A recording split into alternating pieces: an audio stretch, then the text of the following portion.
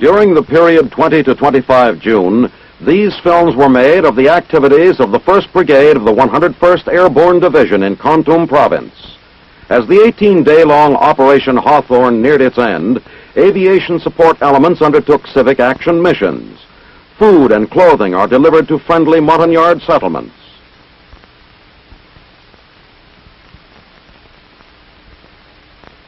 Using helicopters for the MAG-V-sponsored project, remote villages of the mountain tribesmen are visited by American and Vietnamese representatives.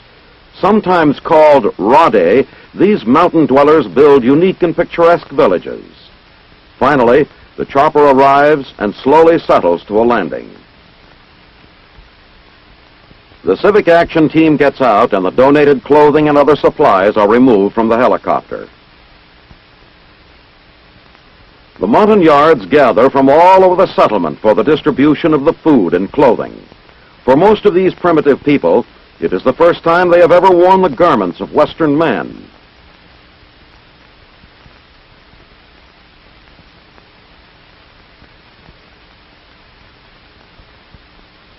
The tribal chief's new coveralls delight him, and he helps distribute the other articles amongst his people.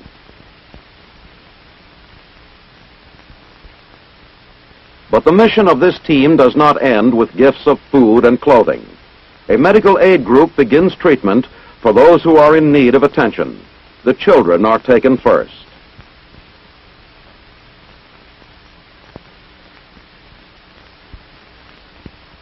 Here in the remote mountain communities, there is no professional medical care available, and these people look forward eagerly to the visits of the American medics and their Vietnamese assistants.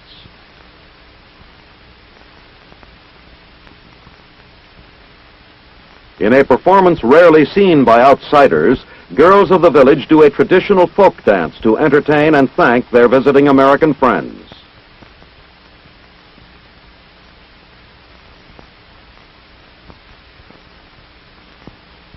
Oriental gongs of several sizes and a variety of tones are used to set the rhythm for the dance.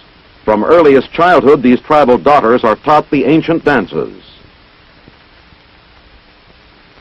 At Dak To on the 23rd of June, a victory celebration is held for the 101st. A memorial honoring those who have fallen in battle is flanked by an honor guard of ARVN troops. Brigade Commander Brigadier General Willard Pearson and the commanding officer of the ARVN 41st Regiment lay wreaths at the monument. The ceremonies are hosted by the ARVN Regiment and the people of Dak To. The memorial ceremonies conclude with a Vietnamese bugler blowing taps. Following the ceremonies at the monument, General Pearson and his host go to inspect the display of captured VC equipment being exhibited in the center of town. The enemy's automatic weapons are of particular interest to these ARVN soldiers. In a gesture symbolizing the appreciation of the people of Dak To for Operation Hawthorne, a selected group of airborne troopers are presented with flower garlands.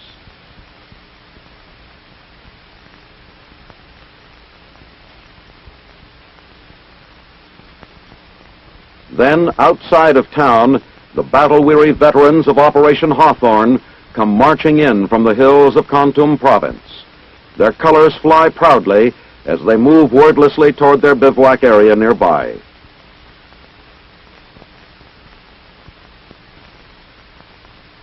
As the dusty troopers pass General Pearson and his staff, their commander salutes them. In 18 days of rugged mountain and jungle fighting north of Dak To, these tough combat veterans met and defeated the enemy in repeated heavy contact.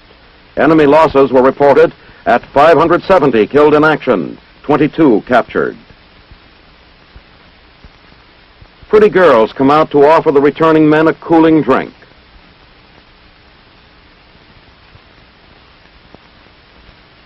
And still they come, returning to the brigade's forward base.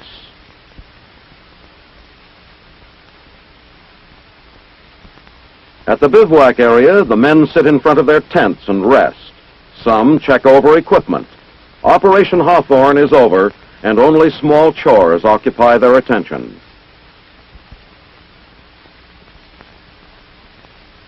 Suddenly, the word is passed. Movie actor John Wayne is here.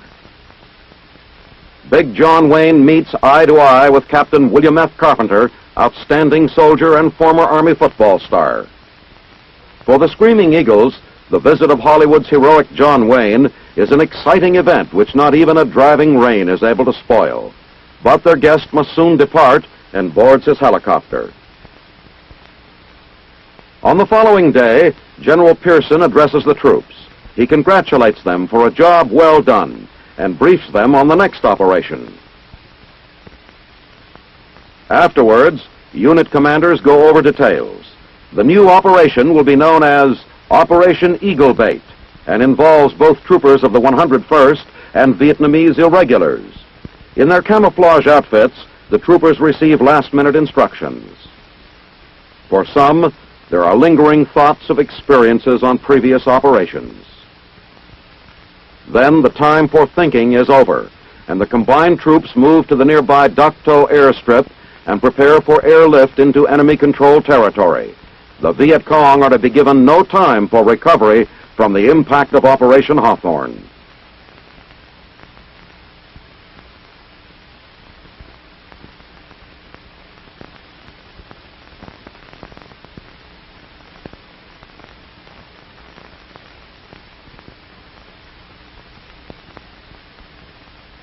The Pleiku Flight Operations Center provides important air traffic control for the strategic Central Highlands region of South Vietnam.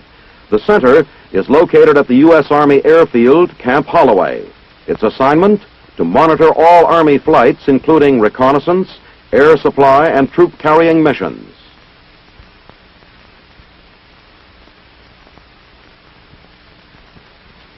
Inside the flight operations van, radio communications connect aircraft with the airfield control elements. The coordination control section of the van is equipped with facilities for following flight patterns. Flight data is recorded on plotting boards which chart the location of aircraft in the area. Tower personnel observe traffic coming through the field and log all flights. Wind direction and other flight information is relayed to aircraft for aid in takeoff and landing.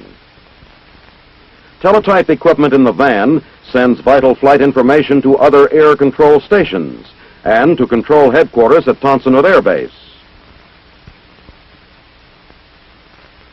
The Camp Holloway Tower provides 24-hour-a-day traffic control and handles hundreds of Army flights daily, including rotary and fixed-wing aircraft.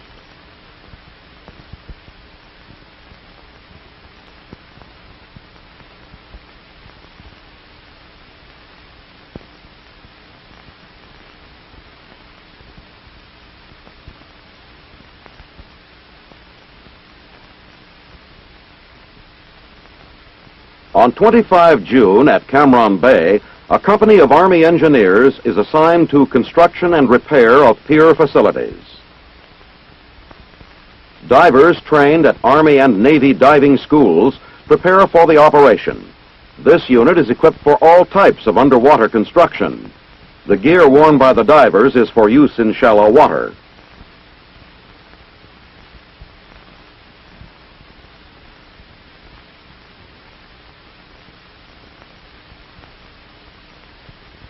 Air hoses to the divers are fed from large tanks which are laid out on the pier.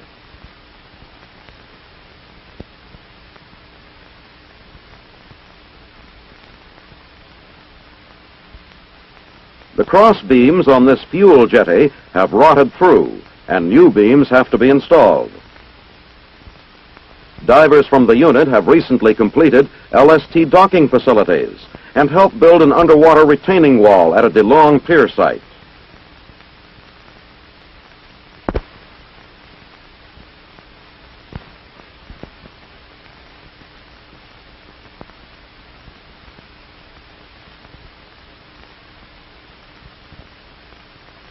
Construction of the United States Army worldwide communications facilities continued to move forward in May and June in Southeast Asia.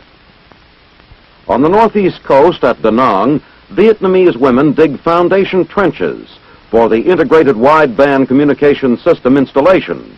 This system, which primarily utilizes tropospheric scatter for radio wave propagation, provides consistent signals over long distances. Philippine workers also are employed on the job, here seen connecting power cables to a power generator van and aligning a reflector disc. Farther south at Nha Trang is another IWCS site. Antenna locations are surveyed accurately to aim the giant dishes toward other relay stations along the route. Tons of steel I-beams are unloaded for use in the construction. Wooden forms are erected for foundations of microwave antennas. Play-Coup is another link in the communications network. Steel rods are assembled in sections to use in reinforcing the concrete structures. Here is a portion of the concrete base for a 120-foot antenna. A guard tower is being built for use in providing security for the installation.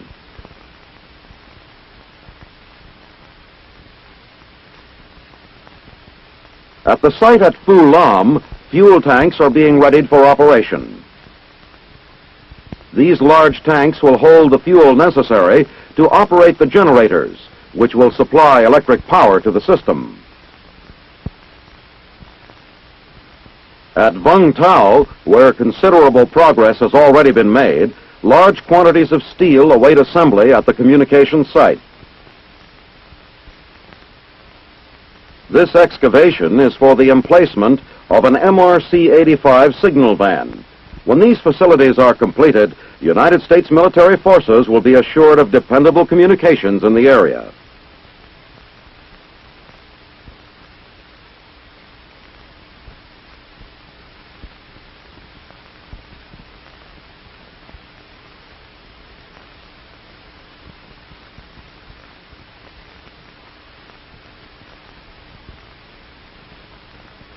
Before dawn, on 28 June, a convoy moves out of Camp Coleman near Santo Domingo in the Dominican Republic. After 7 months as a part of the Inter-American Police Force, the 320th Artillery, 82nd Airborne Division is going home. En route to Red Beach, its embarkation point, the convoy crosses the Duarte Bridge, which the rebels had barricaded during the height of the fighting. It passes shell-riddled buildings, mute reminders of the battles which had raged here only months ago. Then, a wait at the ocean's edge. On schedule, an LST, the Waldo County, arrives to take on this contingent of the 320th for return to Sunny Point, North Carolina. Other elements of the unit are returning by air.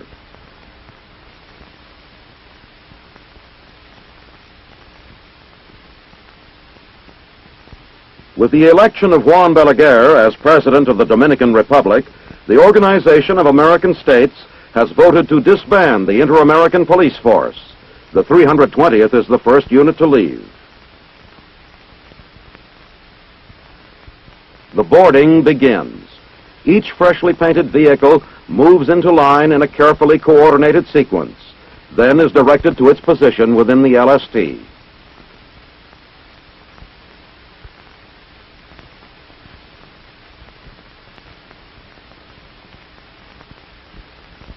When the equipment is aboard, the troops move on to the ship and up to the deck, where they take places along the rail. As the LST prepares to leave, the men are thanked for their service by Brazilian General Alvaro Braha, Commander-in-Chief of the Inter-American Police Force. Then, the Waldo County gets underway on the 4-day trip back home. While the first convoy is moving out to sea, Another section of the 320th arrives at San Isidro Airport. In brief ceremonies, Brigadier General Robert Linville, Commanding General, U.S. Forces, Dominican Republic, commends the troops. Then the men move to their waiting C-130s. Farewells are said as the planes are boarded.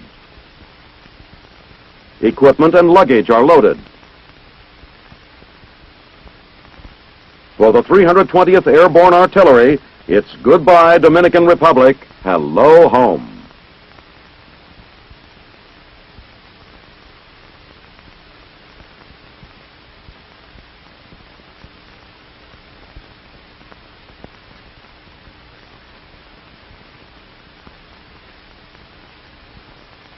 On 27 June, in Bonpong, Thailand, the Thai Prime Minister inspects an honor guard. The occasion is the dedication of a new processing plant built by the Preserved Food Organization. Among those greeting the Prime Minister is the senior U.S. Army logistical advisor to the Royal Thai Army, Colonel Thomas G. Frost. A Buddhist altar has been set up on the grounds, and the Prime Minister opens the ceremonies by lighting a candle and briefly praying for the success of the new factory.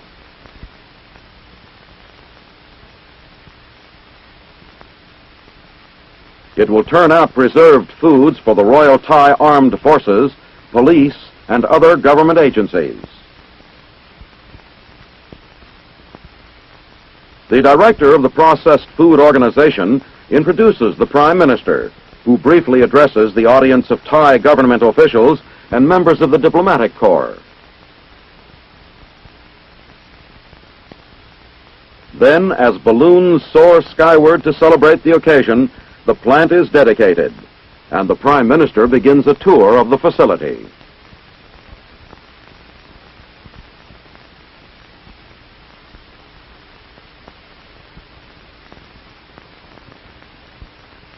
This factory is fully equipped and a modern installation in every respect. The United States government has followed its planning and construction closely. The plant will employ approximately 500 persons when full production capacity is achieved. It represents a significant addition to the Thai economic structure.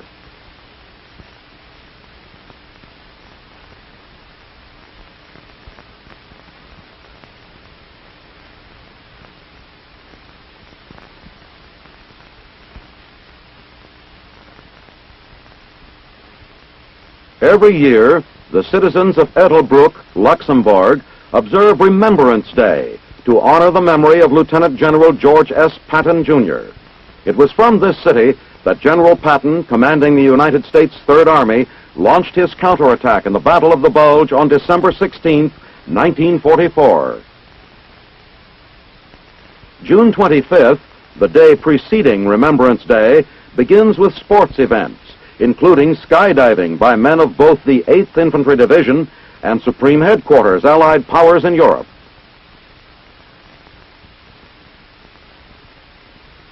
Guests include Mrs. Patricia Roberts Harris, the U.S. Ambassador to Luxembourg, and Lieutenant General Theodore J. Conway, Commanding General of the 7th Army. Thousands of people come out in the rain to see the parade and the ceremonies.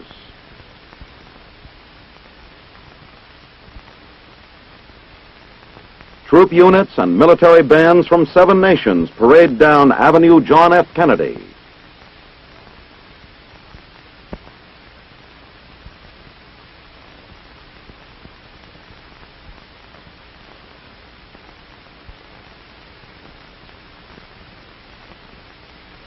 Ambassador Harris here delivers a memorial address.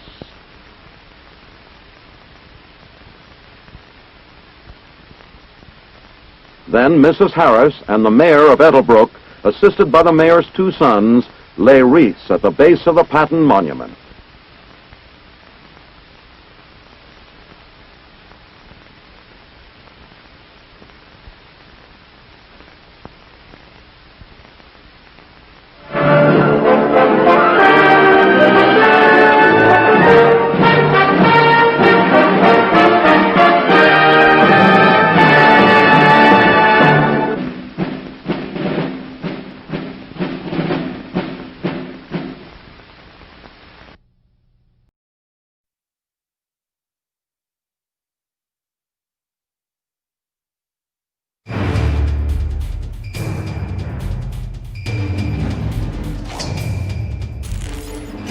It was one of the most crucial battles of the war in Vietnam.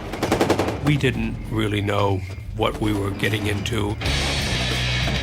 We come under intense fire. It was like we've arrived at the fort out in the west, and the Indians are all around it. For 8 days, U.S. Marines fight to take back the South Vietnamese city of Hue. The adrenaline is pumping so hard that there's no time for fear. So you learn to depend upon each other.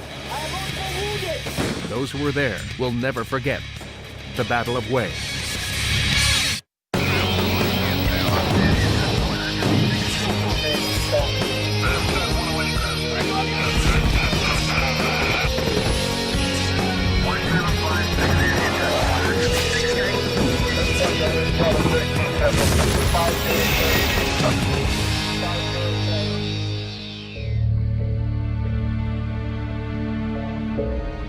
In the mountains of South Vietnam, 2 battalions of North Vietnamese soldiers move silently. They are preparing to attack the ancient city of Hue, a U.S. and South Vietnamese stronghold. It's the night before the Tet holiday, the Vietnamese New Year. In just a few hours, these enemy soldiers will bring in the holiday with the most brutal offensive of the entire war. They launch their assault in the dead of night.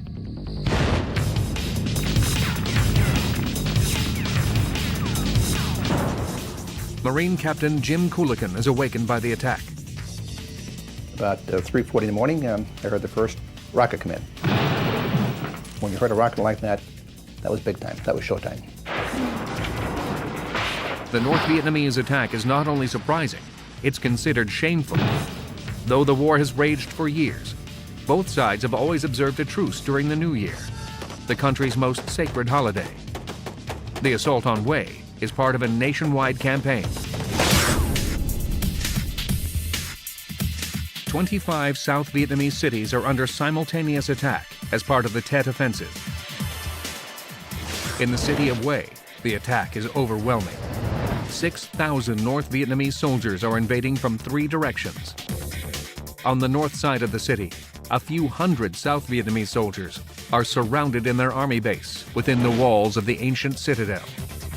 On the south side, just a few dozen American troops are trapped inside the military assistance compound known as MAC-V. Very quickly, the North Vietnamese control most of the city. Even the Americans are caught off guard. I had no idea the scope of it, but you could tell that it was going on in other areas of the city. Across the Perfume River on the north side of the city, Lieutenant Wei Tran is home when the onslaught begins. I feel right away, I said, oh, they take that. Tran commands an elite company of South Vietnamese soldiers. He desperately rides to where his troops are stationed.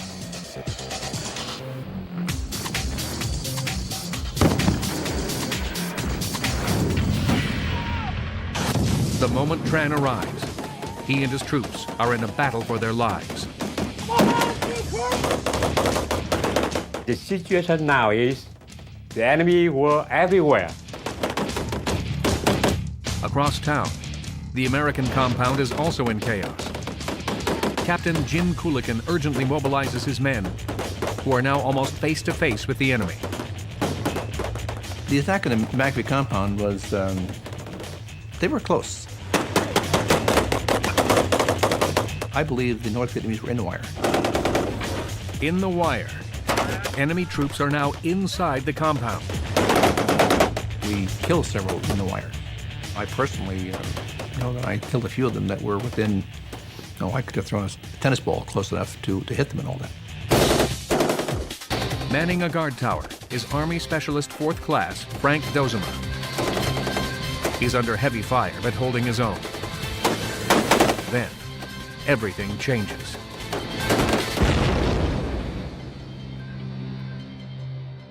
Coolican goes in. When Frank was hit, I went out there and I got some soldiers to lay down the base of fire. I went out to the tower. I went to put him on my shoulder, carry him down, and his leg was just dangling. So I had to cut off what was remaining of his, whatever was holding his leg on, which wasn't much at all. And Frank was going to shock because he lost a great deal of blood.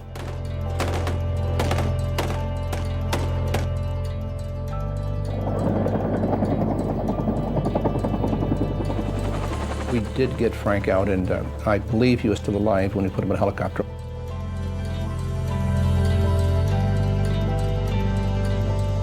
I heard later on that he died on the medevac helicopter. And seldom does a day go by that I don't think of him. In spite of Kulikin's heroic efforts, Frank Dozema is one of the first Americans to die in the battle for Hue. He won't be the last. Kulikin and his men managed to fight off the attack at the American compound, while Lieutenant Tran and his troops keep the enemy out of their headquarters. But by dawn, the rest of Hue has fallen to the communists.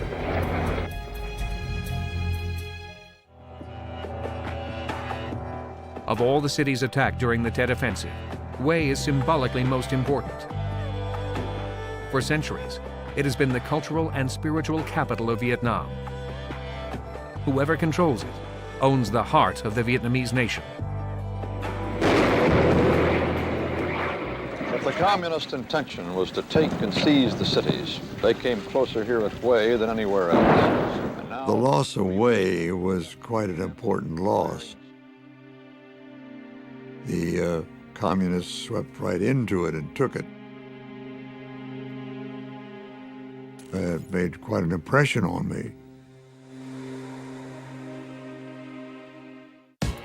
The mission for the Americans and their South Vietnamese allies is now both urgent and simple. Free Hue from the North Vietnamese. It won't be easy. Unlike the local Viet Cong, NVA troops are highly trained and ready to fight to the death to control the city of Hue. Once that realization came in, then we knew, or at least I knew, that it was a different fight at that time. Much different fight. They were very good fighters. Within just a few hours, over 6,000 communist soldiers have surrounded a few hundred U.S. and South Vietnamese troops stationed in Hue. The Americans send out a desperate plea for reinforcements. It's not just a city that's at stake. The spiritual heart and soul of Vietnam now hangs in the balance.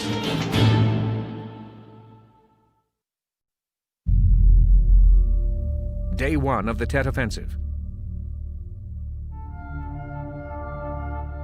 The North Vietnamese army has captured the city of Hue. The attack is part of a larger campaign raging throughout South Vietnam. Capturing Hue is a huge victory for the communists and a key to taking the entire country. The NVA has surrounded the South Vietnamese Army's command post on the north side of the Perfume River, as well as the American compound on the south side. The only hope is that reinforcements will arrive soon. They get the news at Marine headquarters, 7 miles south in the town of Phu Bai. Alpha Company is quickly mobilized under the command of Gordon Batchelor. We were expecting the day off. Everything was quiet. Things changed, and I was told that something was going on, and we had been designated the reaction force. Batchelor and his men are now heading into unknown territory as they travel north. I didn't know where we were except by the map. I'd never been there before, so I didn't know what to expect. But it was very quiet, not much activity.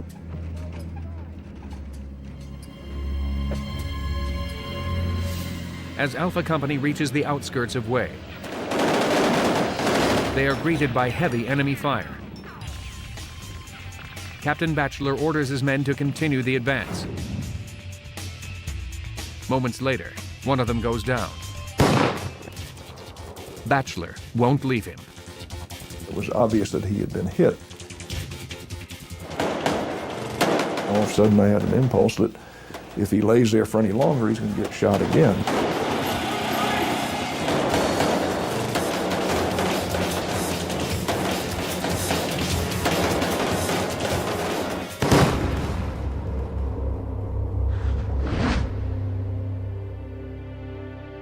The next thing I knew, I was laying face up and obviously had been hit.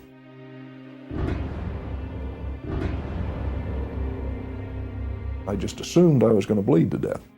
I knew that nobody could get me out, and I started to run through all the prayers I knew, making all the apologies for all the bad things I had done. Batchelor is clinging to life, and Alpha Company is in deep trouble.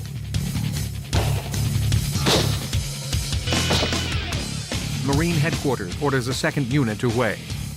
Gulf Company, commanded by Captain Chuck Meadows, is about to dive directly into the mayhem. They have no idea what awaits them. We took nothing with us. We did not take our packs. We didn't take any extra chow. We didn't take any extra ammunition. Just kind of got ourselves up there and off we went. It would be a costly miscalculation. On the outskirts of Wei, they are greeted by automatic weapons fire and find what's left of Alpha Company. As we moved forward there and we encountered our first actual wounded from Alpha Company, is when that seriousness of what we were getting into more or less soaked in. All of Alpha's officers are dead or wounded.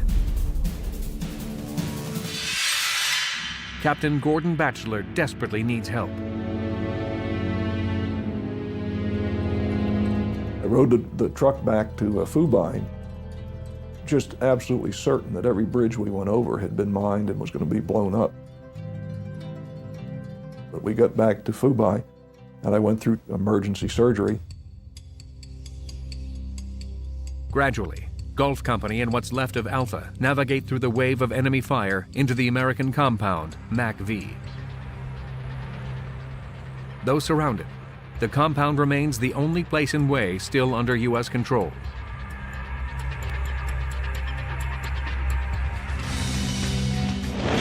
Gulf Company regroups and is ordered on a mission to rescue the South Vietnamese troops trapped inside the ancient citadel on the north side of the city. To pull it off, Gulf Company must first cross the Perfume River. But the Marines have no tanks and no heavy weapons.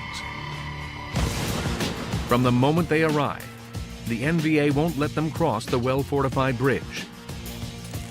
We come under intense fire.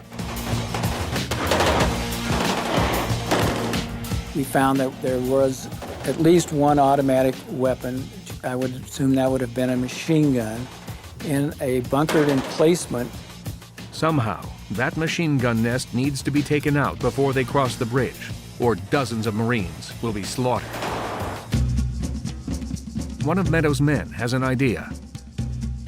He found an opening where he could maneuver himself and a few of his troops relatively unexposed to the fire of this machine gun to a position where he could attack the bunker with hand grenades.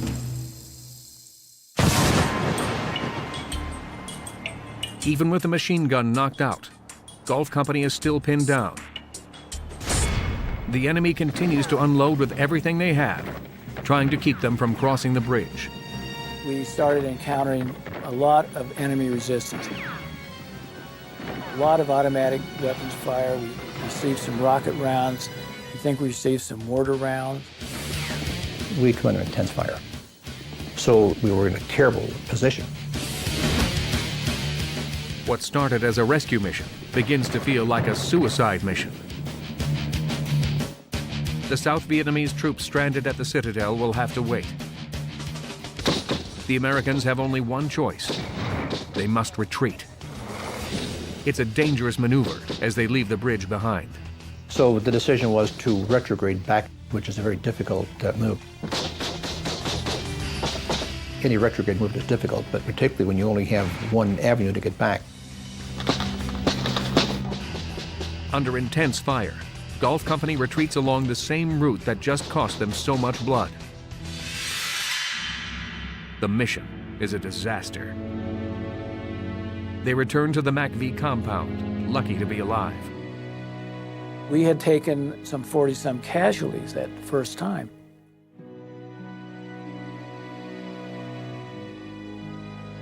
And now we're trying to get proper medical assistance for them.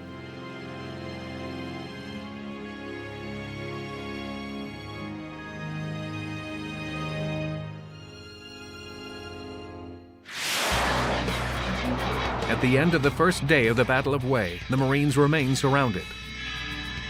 We knew we would need some reinforcements. If we're going to continue with the jobs that we had there, that was going to have to happen. But no one knows when that will happen. Until help arrives, the Marines at MACV are on their own, and the rest of Hue is now completely under communist control.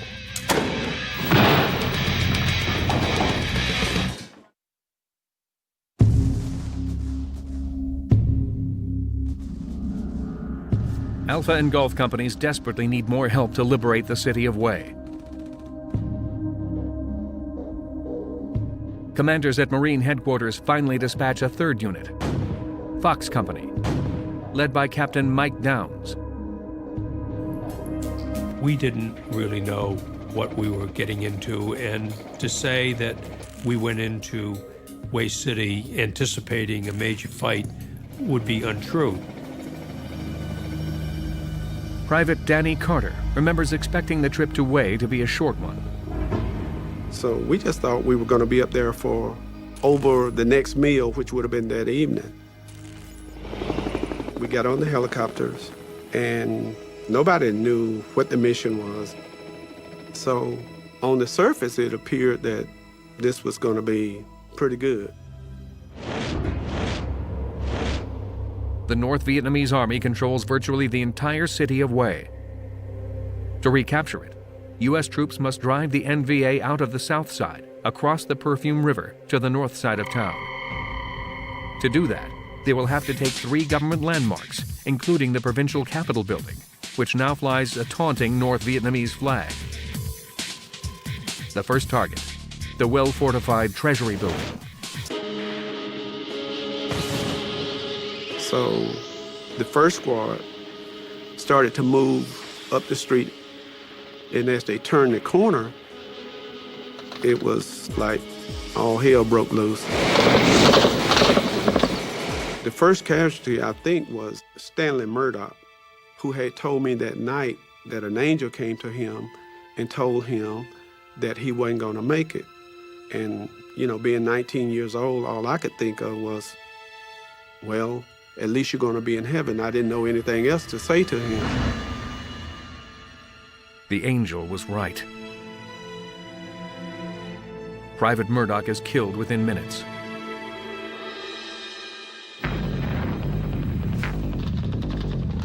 Block by block, Fox Company battles its way down the narrow streets of Hue.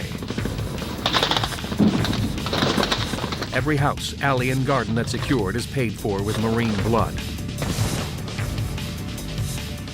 We weren't prepared for street fighting and the house-to-house combat, the searching the house and knowing how to clear a house. We had to learn by the seat of our pants or just common sense or sometime in error. We could not see more than a block ahead of us. We were lucky to see the building across the street from us, and that's as far as it went. You couldn't see in the windows, you couldn't see who might be inside the buildings.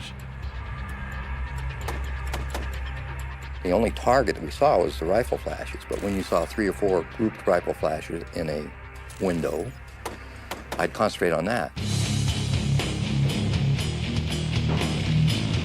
NVA troops are as elusive as they are relentless. For hours, the Marines are under intense fire. It seemed like the firefight lasted a long time. And the next thing I remember, it was getting too dark to fight. I don't know how much time had gone by. We suffered a significant number of casualties, dead and wounded. And as dark fell, we were ordered back to MACV compound. Commanders are not able to keep an exact count of casualties, but they're heavy. Worst of all, there is little to show for all of the dead and wounded. As dawn breaks, the Marines need to regroup and come up with a new plan to take the treasury.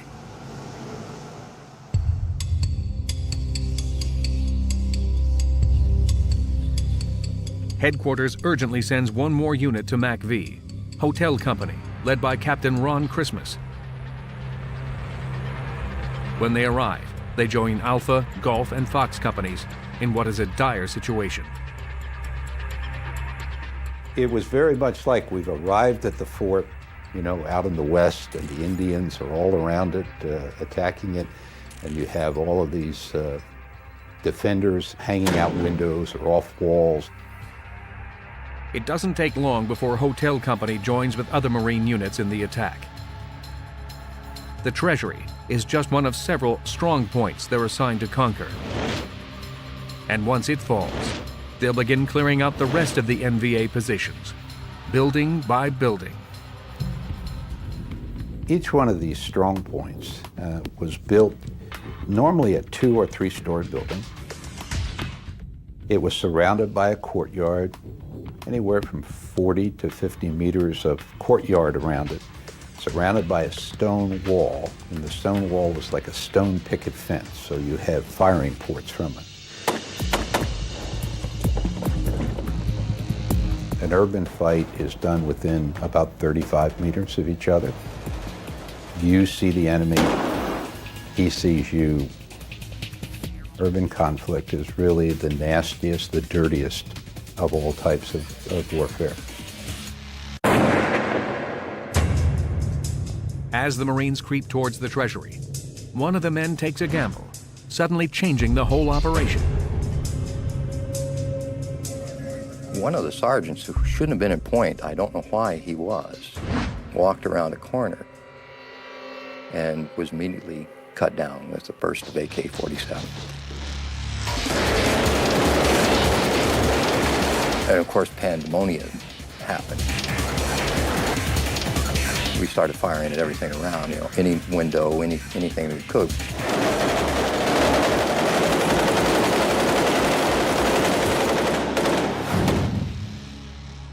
The enemy disperses.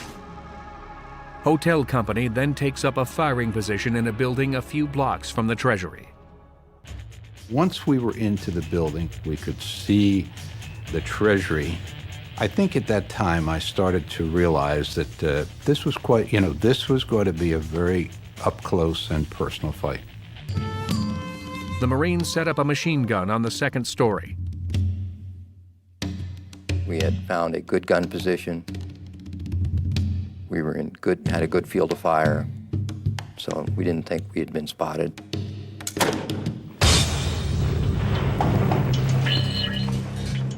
When they hit us with RPGs, I was just totally stunned. My assistant gunner was really messed up. I mean, he was just really messed up. And here comes the rescue team. And so they grab me and take me down. The adrenaline is pumping so hard that there's no time for fear. Fear always comes later when you sit down. You know, when you're behind the wall and there's nothing going on. When you're engaged, and that's all you have time for. The NVA fire from the treasury is murderous, forcing the Marines to once again abandon the attack. Suddenly I was in a war.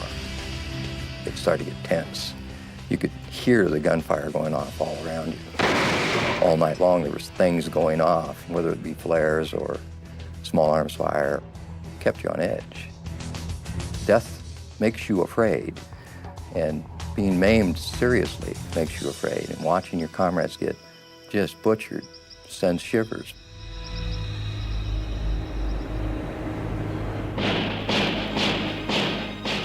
The situation is critical. The Marines need a new strategy if they are to take the machine gun-infested treasury building. But they're running out of options.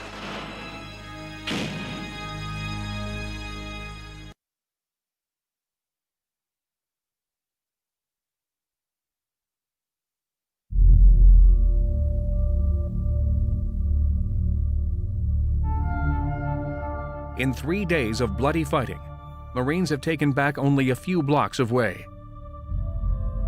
Their most formidable obstacle remains the Treasury Building, defended by enemy troops with machine guns. Hotel and Fox companies will lead yet another assault, this one played out on the city streets. In between the two companies is a corner. That's where this machine gun fire is coming from. It's laying down heavy fire up and down the street to our direct front. So in order to get across the street, we have to go through this machine gun fire to get across the street.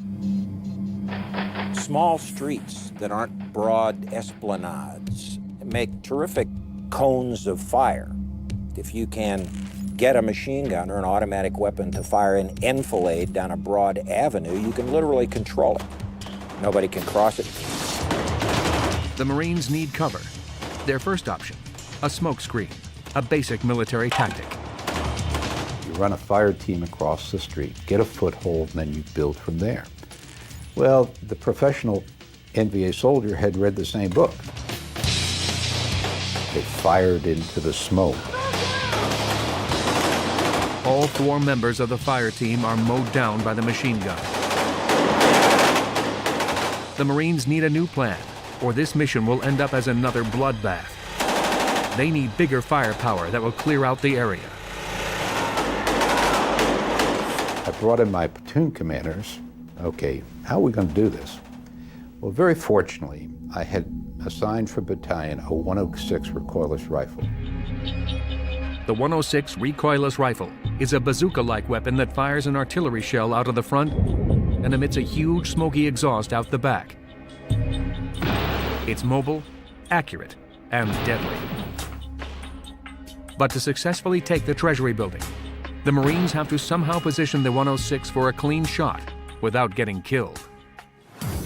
We're talking this out, and I hear this voice from Lance Corporal. And Lance Corporal said, "Skipper, I know how to do this." He said, "I'll roll my gun. I'll turn that gun, we'll fire the 106. They'll pull down their head, and you can, under the backblast, you can run the whole company across the street."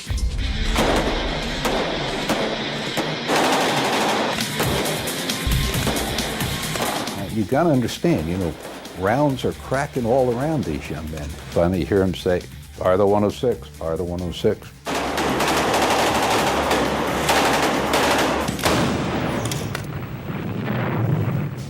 It stopped the fire. We ran a whole platoon across the street under the backblast. It's the Marines' first taste of victory.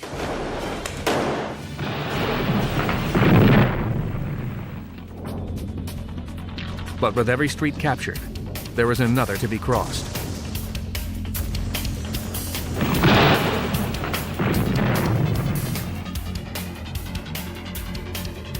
And with every house secured, dozens more are hiding NVA troops. But gradually, Marines draw within a block of the well-fortified Treasury Building, where once again, deadly machine gun fire awaits them. Getting inside this imposing 3-story building seems impossible. But Major John Salvati comes to Captain Mike Downs with an idea. If it works, the enemy will be flushed out of the building. I noticed that adjacent to the MAGV compound was a supply dump.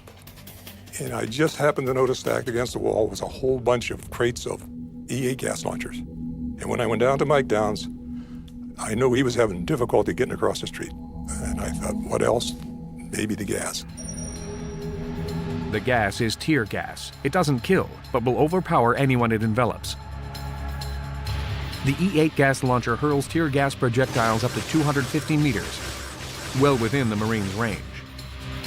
Major Salvati explained to me the E8 gas launcher and what he thought it could do. And of course, we had gas masks, and the enemy did not. Went out in the courtyard, set the thing up, pulled the lanyard, and it detonated. As soon as we fired it, Mike Downs had his people online with their gas masks. So it was in real short order. Mike's people were in the building. The gas works. North Vietnamese soldiers pour out of the Treasury building and pull back. But the NVA has a deadly trick up their sleeves that the Marines never expect.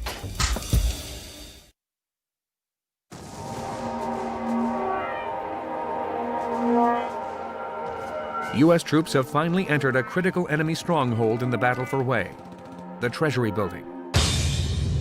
But the NVA has a deadly surprise waiting. We were pursuing the enemy out of the Treasury. And they had retreated from the Treasury to draw us into another ambush. They hadn't just run away from the battle, they drew us into their battle from the Treasury. They had us in a field of fire, crossfire. That whole line of troops, sitting in some buildings. One guy, he just got blown away. I mean, just massive machine gun attack, but from two sides. Caught in the crossfire, Corporal Warren faces a crucial life or death decision. I could have turned around and ran back to cover, which they would have killed me. I was in a field of fire. Or I could have advanced in front of the wounded Marine and gave suppressive fire while the rest of the fire team came up. And that's the action I chose to do. I just let loose on everything, back and forth, and it was successful. They quit firing. We successfully recovered the Marine, and then we retreated to cover. By taking the Treasury, the Marines have finally carved out a toehold in this fight. But most of Hue still remains in enemy hands. 2 blocks from the Treasury is the next objective, the city's massive hospital complex.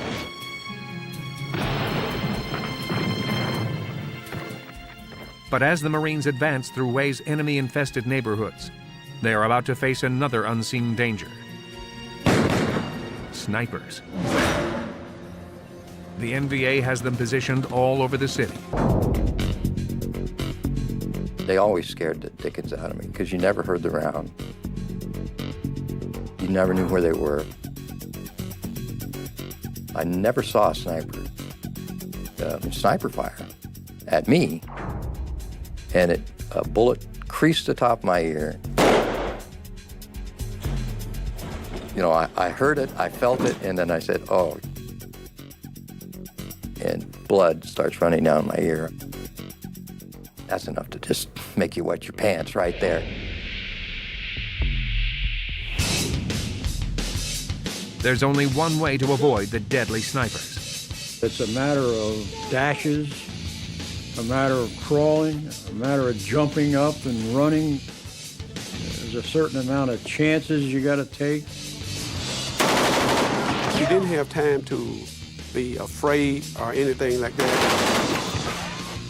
It was your job to advance, fight as an infantryman. That's what you joined for, and now you're getting it. As the Marines advance toward the hospital, NVA fire is taking a heavy toll. But a downed Marine could always count on others coming to his aid. I was absolutely confident that if it was me laying on that street, I'd be rescued or my body would be recovered. Absolutely confident at all times. So I was going to absolutely make sure that my comrades were taken care of at all times. And I never met a Marine that didn't feel that way. Dodging rocket-propelled grenades and snipers, the Marines need most of the day to get within striking range of the hospital.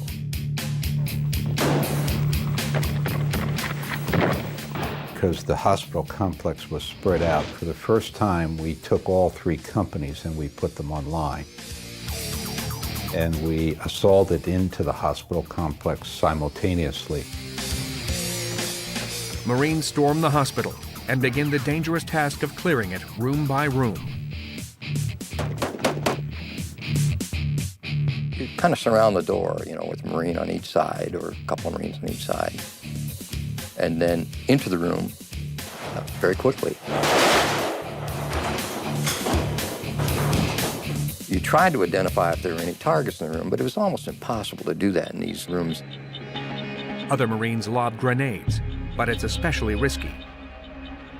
We learned quickly to pull the pin, and in training, you're taught to hold the safety lever, what's commonly called a spoon, and then let it release as you throw it, so that now you've got 3 to 5 seconds before the detonation. Well, we wanted no part of that.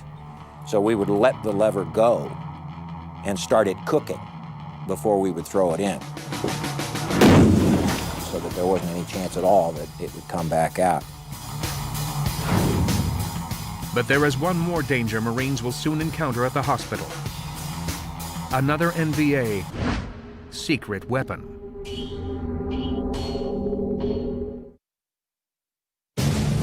Marines have recaptured several sections of Hue in their efforts to liberate the city. Now they're on the verge of taking another key landmark, the main hospital. The operation is especially dangerous because it's infested with both the North Vietnamese Army and the Viet Cong. The intelligence we had was that we were warned that the Viet Cong, not the NVA, but the Viet Cong, were in fact impersonating patients. The one that is the most notorious is a Marine walking down a ward, and here comes what he thought was a nun. The nun raised up a pistol.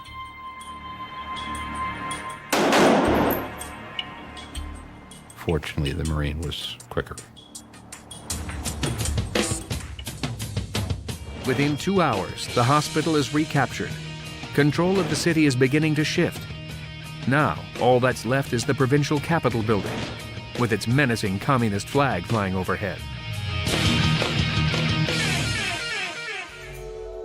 From day one, we could look up and we could see the province capitol building and an NVA flag. And that flag just, well, we became fixated on it. It just bothered us. You know, the fact is, we were going to get to that flag.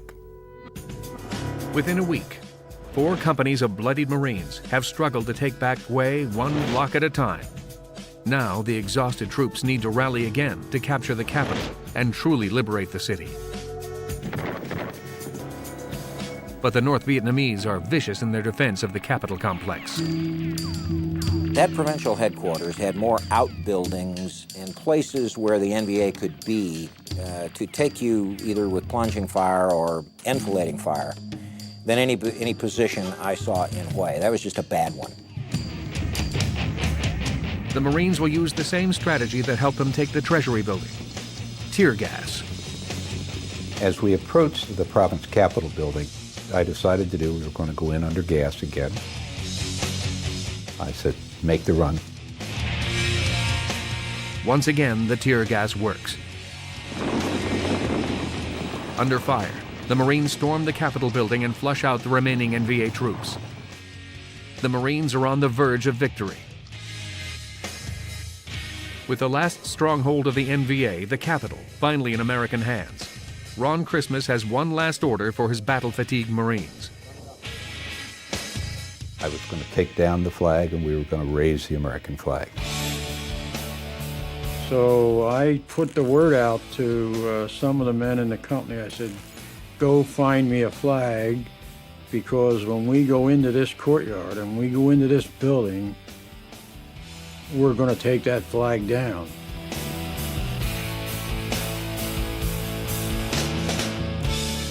And at that time, took my flag I had in my flak jacket and hooked it up to the same hooks.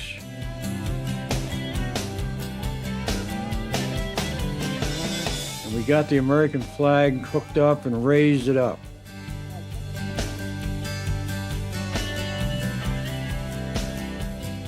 And that was quite a momentous occasion. I could hear yelling and screaming, cheering from all directions. Men were hanging out the windows, cheering when that flag went up.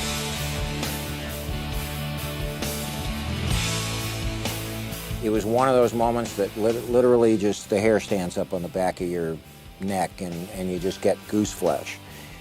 And the weight of all you've been carrying, of all you've seen, of all the horror and all of the death and destruction is lifted for just a moment when that happens. And that touches a Marine's emotional button. In fact, it doesn't touch it, it mashes the hell out of it. And it did that day in the courtyard outside the provincial headquarters. The struggle for the southern section of Way City is finally over. It will take the Marines 3 more weeks and many more lives to also liberate the north side of the city.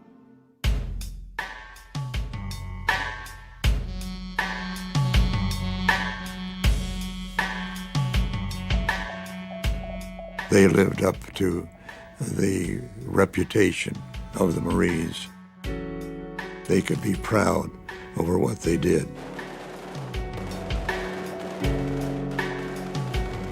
They didn't have the forces in there to recapture Hue right away. I think that the display of bravery is unbelievable to me. Our mission was to retake the city. We retook the city. I think when you look at the history of the Corps, Way City is up there with all the famous battles where the Marine Corps acquitted itself very well on the battlefield.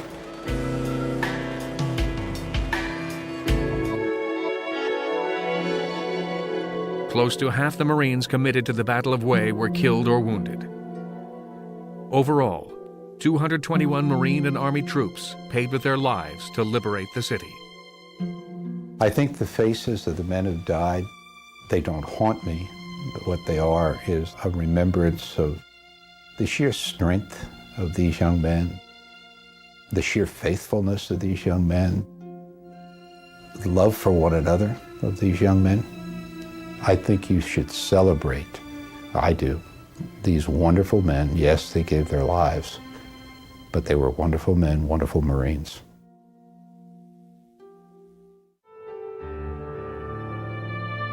I think every Marine who comes out of Quantico, Parris Island, or San Diego has a very, very special bond with every other Marine. And I mean that past, present, and future. What makes you understand it in your heart as well as in your mind is when you go through something, some crucible, some trial by fire, such as Way City. When you, and if you, come out the other end of something like that, no man who stood with you in that fight will ever be anything but your brother.